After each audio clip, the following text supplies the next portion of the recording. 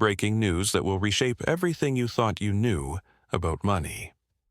At exactly 3:47 p.m. Eastern Standard Time yesterday, something unprecedented happened in the global financial system. Not a market crash, not a bank collapse, but something far more seismic. A new digital currency just went live, and within hours, it triggered the fastest mass adoption in monetary history. We're talking about governments, corporations, and entire nations scrambling to position themselves in what could be the most dramatic shift in global economics since the gold standard collapsed in 1971. This isn't cryptocurrency hype, this isn't some speculative bubble waiting to burst. This is institutional money moving at lightning speed, and the numbers are staggering. In less than 24 hours, over 47 countries have announced pilot programs. Major banks are restructuring their reserve strategies. And here's the kicker.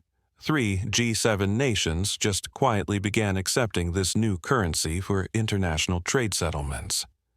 The dollar, the currency that has dominated global commerce for over 80 years, suddenly has a competitor that nobody saw coming, and the world's reaction? It's not panic, it's calculated strategic positioning. Because while most people were sleeping, a financial revolution just went live, and the early movers are already securing their place in what could be an entirely new economic order. But here's what the mainstream media isn't telling you. This wasn't an accident. This wasn't some tech startup disrupting finance from a garage in Silicon Valley. This was coordinated, planned, and executed with surgical precision by forces that have been quietly building this infrastructure for years. The question isn't whether this will change everything. The question is whether your country, your savings, and your financial future will survive the transition. From central bank digital currencies to quantum-secured transactions, from instant cross-border payments to programmable money that can enforce its own rules, we're witnessing the birth of Money 2.0. And unlike previous financial innovations that took decades to gain traction, this one is moving at digital speed. Nations that adapt quickly will thrive. Those that resist or move too slowly risk being left behind in a world where their currency becomes as relevant as a telegraph in the smartphone era. The implications are mind-bending. Imagine money that can track its own usage, prevent fraud automatically, and settle international transactions in seconds instead of days. Imagine a financial system where corruption becomes technologically impossible because every transaction is transparent and immutable. Imagine governments that can distribute aid directly to citizens without banks, bureaucracy, or the possibility of theft. But also imagine a world where privacy in financial transactions becomes extinct, where every purchase, every payment, every economic decision you make is recorded, analyzed, and potentially controlled by algorithms, where the line between monetary policy and social control disappears entirely. This is happening right now, and the speed of adoption is unlike anything we've ever seen in financial history. While traditional currency transitions took generations, this digital transformation is unfolding in real time. And the early indicators suggest that resistance isn't just futile, it's economically suicidal. Let me paint you a picture of just how fast this is moving. At 6 a.m. this morning, Singapore's central bank announced full integration testing. By 9 a.m., the European Central Bank had issued a statement calling for accelerated research into interoperability frameworks. Before lunch, Brazil's finance minister was on television explaining how this could revolutionize their economy. And by 3 p.m., even traditionally conservative Switzerland was exploring implementation pathways. This isn't gradual adoption. This is a financial stampede. And the countries moving fastest aren't necessarily the ones you'd expect. While major powers debate regulatory frameworks and sovereignty concerns, smaller nations are seizing the opportunity to leapfrog into the future of finance. Estonia is already running live tests. Rwanda has committed to full adoption within 6 months. The UAE has announced plans to make this their primary reserve currency by 2026. The technology behind this isn't just innovative, it's revolutionary.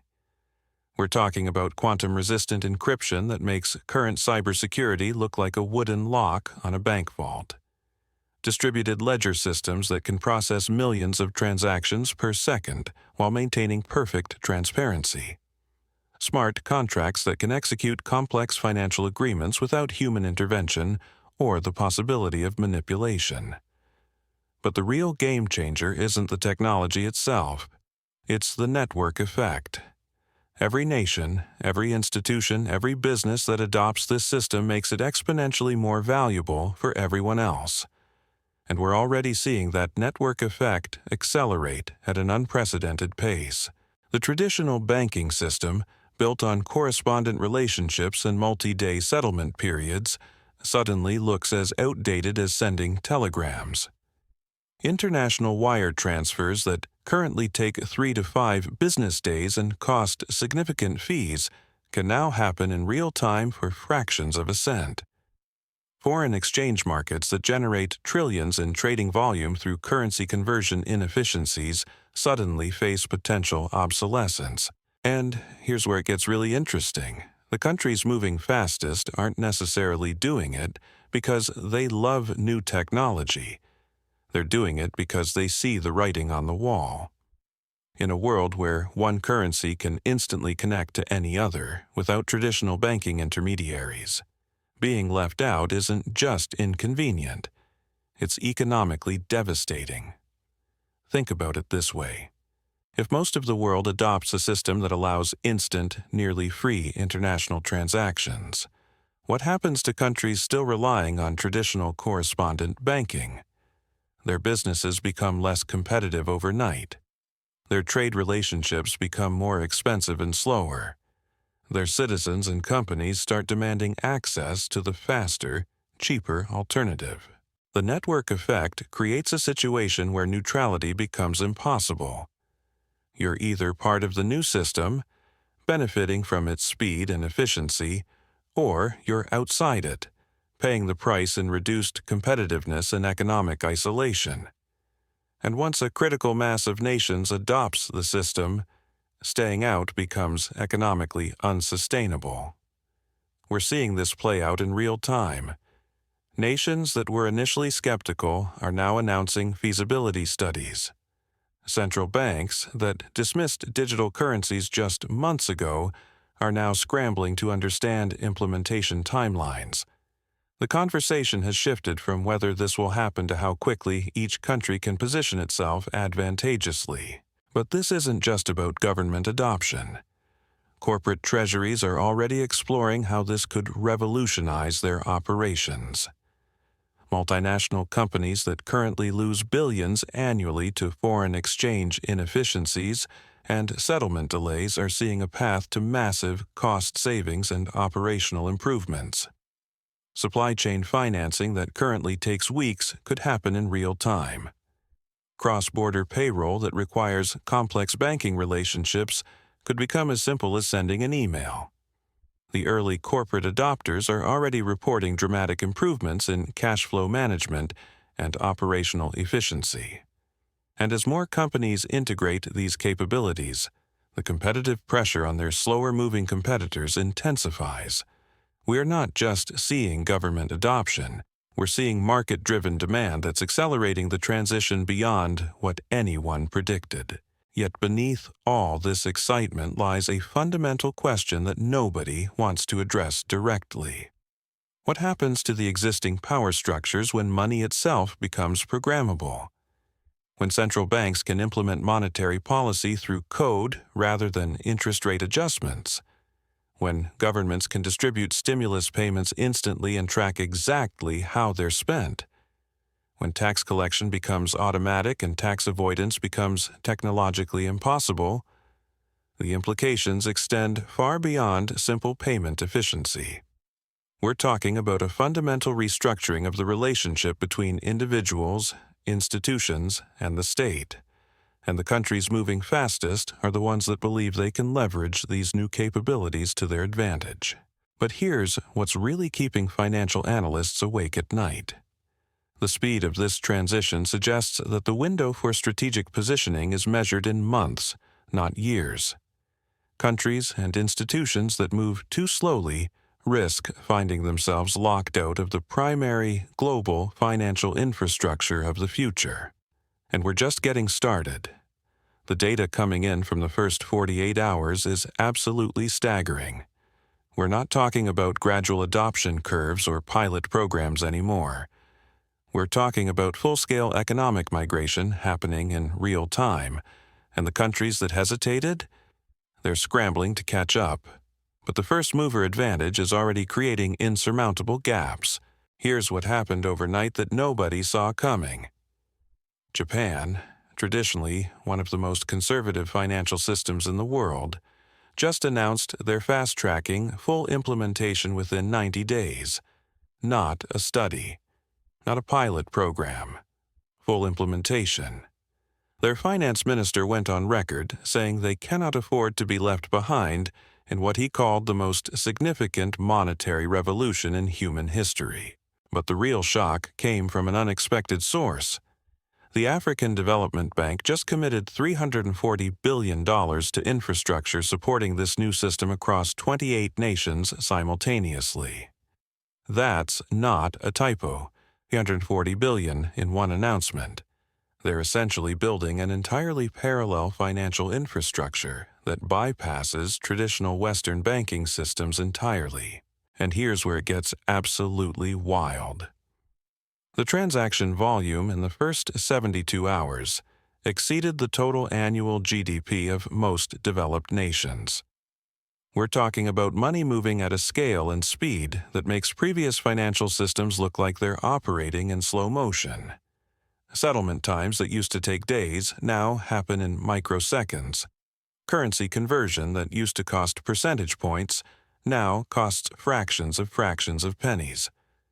The competitive advantage is so dramatic that businesses are reporting profit margin improvements of 15 to 30%. Just from operational efficiency gains. Think about that. Companies aren't changing what they do or how they do it.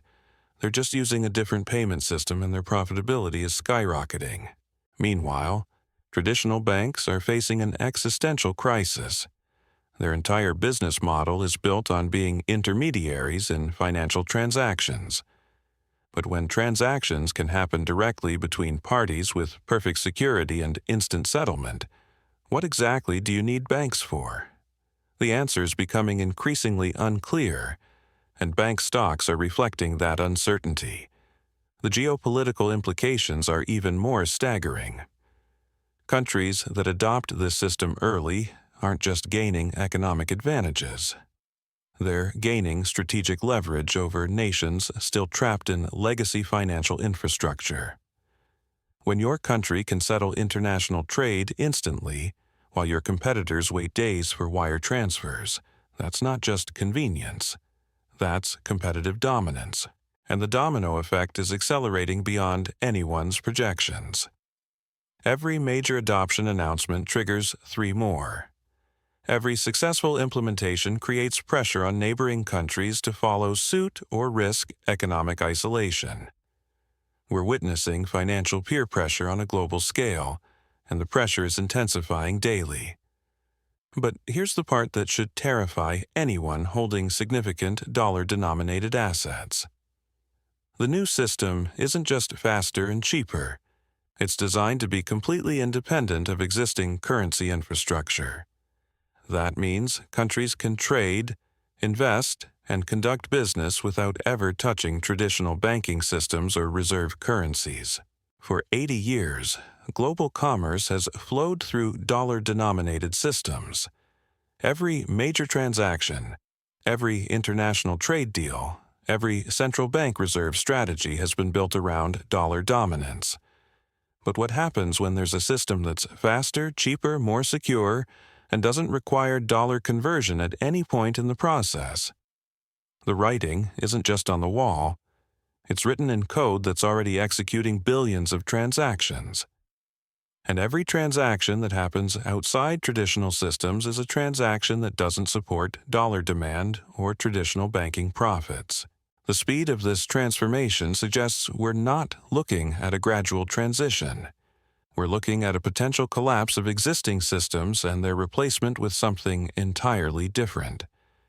And the countries positioning themselves advantageously in this new system aren't the ones you'd expect. They're the ones that moved fast, while larger powers debated and deliberated. So here's the question that will define the next decade.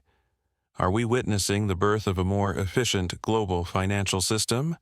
Or are we watching the controlled demolition of Western economic dominance? Because the evidence suggests this wasn't just innovation. This was strategy. The countries moving fastest aren't just adopting new technology. They're building new alliances, new trade relationships, and new power structures that deliberately circumvent existing systems. And they're doing it at a speed that makes resistance practically impossible. This is the moment, the inflection point where everything changes, and the question isn't whether you believe this will succeed. The question is whether you're positioned for a world where it already has. What happens next will determine not just the future of money, but the future of global power itself. And that future is being written right now, one transaction at a time, faster than anyone thought possible. The revolution isn't coming. It's here, and it's moving at the speed of light.